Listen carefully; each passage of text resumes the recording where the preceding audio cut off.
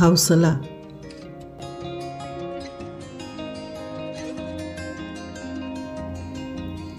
خدای بخلې مور به مې راته کیسه کوله. زموږ په کلي کې یو چرم یا غالمغالي سړی و. میر احمد نومېده. هره ورځ به چې له کروندې کور ته راغی د مېرمنې سره به یې په هره خبره شور ماشور و. د ده مېرمنه هم له یوې خبرې نه ورتېرېده او دا به هم ورسره غبرګه چغېده. ګاونډیان ډېر ترې پذاب وو. یوه ورځ یوه کلیواله مېرمنې د دې نه پوښتنه وکړه چې دا ولې ستاسو د کور نه هره ورځ د شور ماشور او د چیغو غږونه راځي؟ ستاسې څه سره ناویشل شوي پاتې دي چې دومره یو له بل سره جنګونه کوئ او ژوند مو تریخ تېروئ؟ د میر احمد مېرمنې ټوله ملامتي په خپل میړه ور واچوله او ډېر شکایتونه یې وکړل. خو هغه کلیواله مېرمن چې یوه مشره او هوښیاره مېرمن وه ورته یې ډېر نصیحتونه وکړل.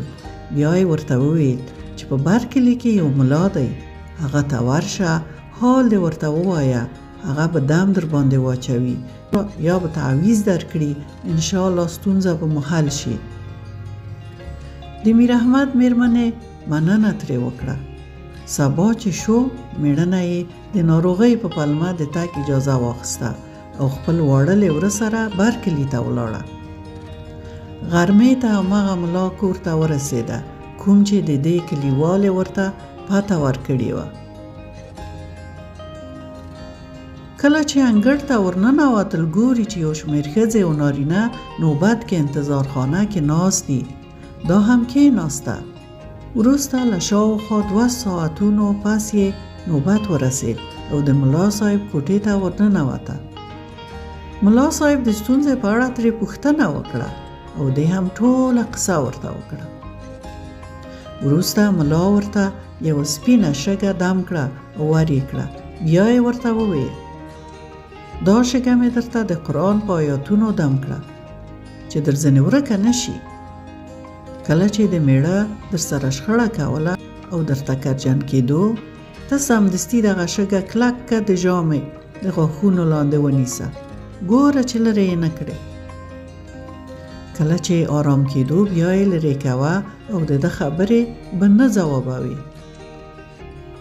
ښځې شګه ترې واخیسته او دعاوې ورته وکړې. وی ویل چې که تا زما دا ستونزه حل کړه نو شکرانه کې به ډېر شیان درته راوړم. خو ملا صاحب وخندل او ورته یې وویل ورځه خورکۍ، ستا ژوند دې آرام شي، زه شکرانه نه غواړم، زه د ثواب لپاره دلته ناست یم. مور مې ویل چې پس له همغې ورځې ټول ګاونډیان حیران وو چې د میر احمد د کور نه هېڅ چیغې او نارې لکه د پخوا په شان نه اورېدل کېږي او میړه یې هم د مېرمنې سره ډېره مینه پیدا کړي او درناوی کوي. مور به مې ویل چې پلار مې خندل چې دا نه کوډې وې او نه د شګې کوم سحر، دا په رښتیا چې یو واقعي او هوښیار عالم و. ده په خپل مهارت سره د میر احمد مېرمن ته د شګې په واسطه حوصله او ځان تېرېدنه ور زده کړه. کله چې مېرمنې متقابل ځواب میړه ته ورنه کړ، میړه یې فکر وکړ چې دا ورته حوصله کوي. خپله د خپل عمل نه وشرمېدو او ورو ورو اصلاح شو او ښځې یې هم ژبه کول هیر کړل. هو، مور به مې د دې کیسې په ترڅ کې موږ ته دا درس راکاوه چې نه یوازې په شریک ژوند کې بلکې په ټوله کې د روابطو د ښه ټینګښت لپاره باید حوصله او ځان تېرېدنه او درناوی ضروري وګڼو او هیر یې نه کړو. الله دې د موږ تاسو ټولو میندو ته فردوس جنت ورکړي او هغه چې ژوندی دي اوږد عمر یې دې په نصیب شي چې موږ سره یې داسې غټ درس شریک کړ.